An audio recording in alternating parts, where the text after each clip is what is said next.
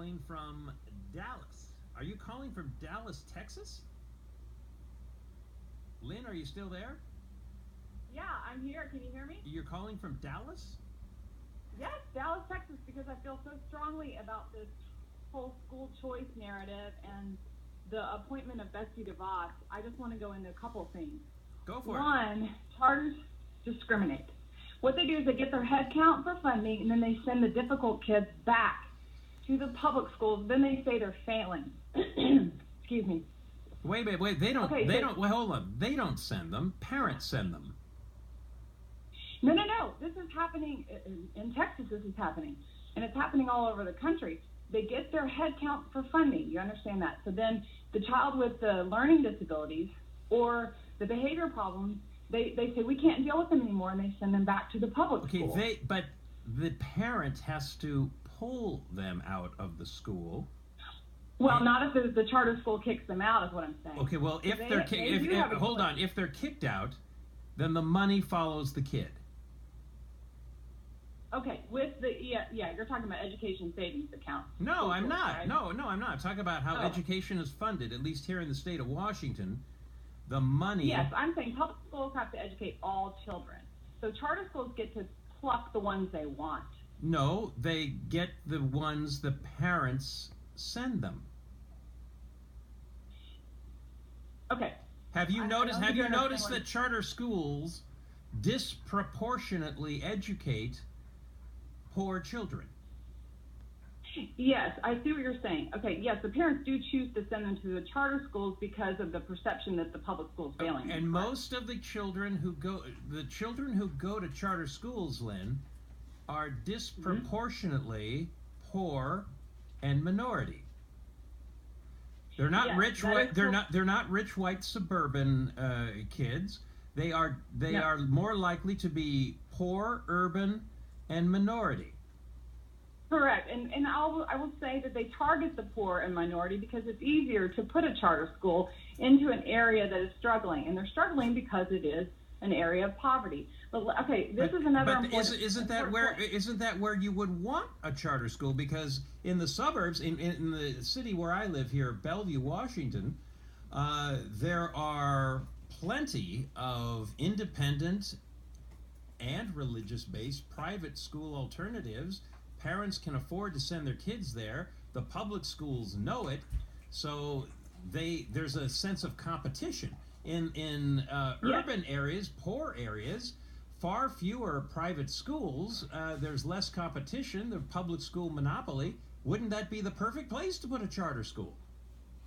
If the choice of charter schools was a better choice, but what I'm saying is that choice is no choice if they're all aligned with Common Core. And what DeVos was promoting was not only the standards and the testing with Common Core, but also the data mining through her foundation. So appointing her is no better than us electing Donald Trump was no better than electing Jeb Bush, because they are all connected. Jeb Bush, Betsy DeVos, Bill Gates. That is no choice for us. So you see, you can go to a charter school, you can go to public school, you can go to homeschool, but if they're all aligned with the federal standards, right, then we're not really getting right. No, I hear you there, but first of all, Common Core is run at the state level, and it is a philosophy, and I agree with you. It's a top-down philosophy that Donald Trump opposes, and I'm assuming he opposes, but that's all just fluff. If you're saying you oppose it, it means nothing if you don't back it up with your actions. And his actions say he supports Common Core by appointing Betsy DeVos. Who says she's not going to implement his policy? Past behavior predicts future behavior. Well, and I don't think Donald really fully understands Common Core. Does anybody really fully understand the tentacles of Common Core? But see, it means nothing as long as there's a massive encroachment of the Common Core. Yeah, I think a lot of people are going to be watching. People like you, Lynn, are going to be watching to make sure that Donald Trump follows through. This is where he hung up on me and went into his whole monologue of the talking points that all these talk show hosts use for school choice. What Donald Trump said it ought to be. a local issue. I mean, if you want better schools, do you go to Washington, D.C.? No, you don't even go to Olympia. You probably don't even bother going to the school district. You deal with the school. Or you might even just deal within the school with the teacher in the classroom, if that's the problem. Or the subject matter or the controversial book or whatever it is. I mean, if you want better schools, you fix them closer to home. That's what I'm saying. We are trying to fix it close to home, but we can't because of the tentacles of Common Core. He's not listening. Choice where it's constitutional, because you are giving parents an alternative in poor areas that we take for granted in upper middle class and wealthier areas. There's zero incentive to improve performance if you have a monopoly. It doesn't matter if you're running a school district or if you're serving sandwiches. Whatever. If you're the same people that are pushing competition, and you've got a monopoly, and you can. It's not a monopoly. The same people that are pushing competition are the same ones that have pushed this invalid accountability system with the STAR test. They're the same ones pushing school choice. So they're strangling our schools, and then they're giving people an out. You lose those customers. That, to me, is the major reason I support charter schools and private choice and scholarships for kids to go to school in poor areas. I mean, that's where I wish Bill Gates had spent his money when he was deciding, where am I going to invest all this money in education, because he is committed to helping kids learn more. Give me a break. He and Melinda. He's committed to controlling. He needed to ask himself, he needed to ask and answer a question that didn't occur to him until he was well into the Gates Foundation.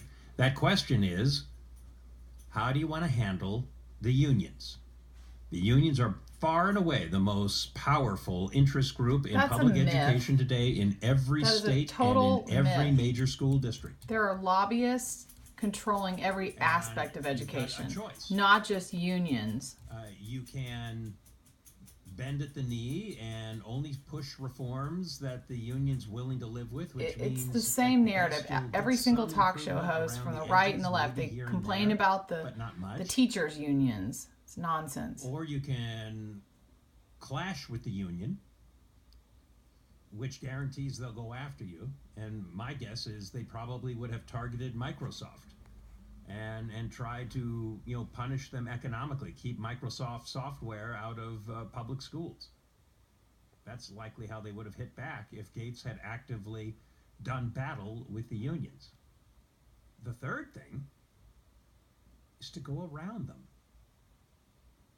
And if Gates had, let's say, got together with how do you go around Gates and DeVos and Bush? How do you go around these people? Create a fund that pays the cost of 2/3 of private school tuition for every poor child in the Puget Sound area, throughout the entire Puget Sound area. Why are we creating a parallel system, an alternate system that is going to be susceptible to corruption, just like the public school? Why don't we fix the public schools instead of trying to create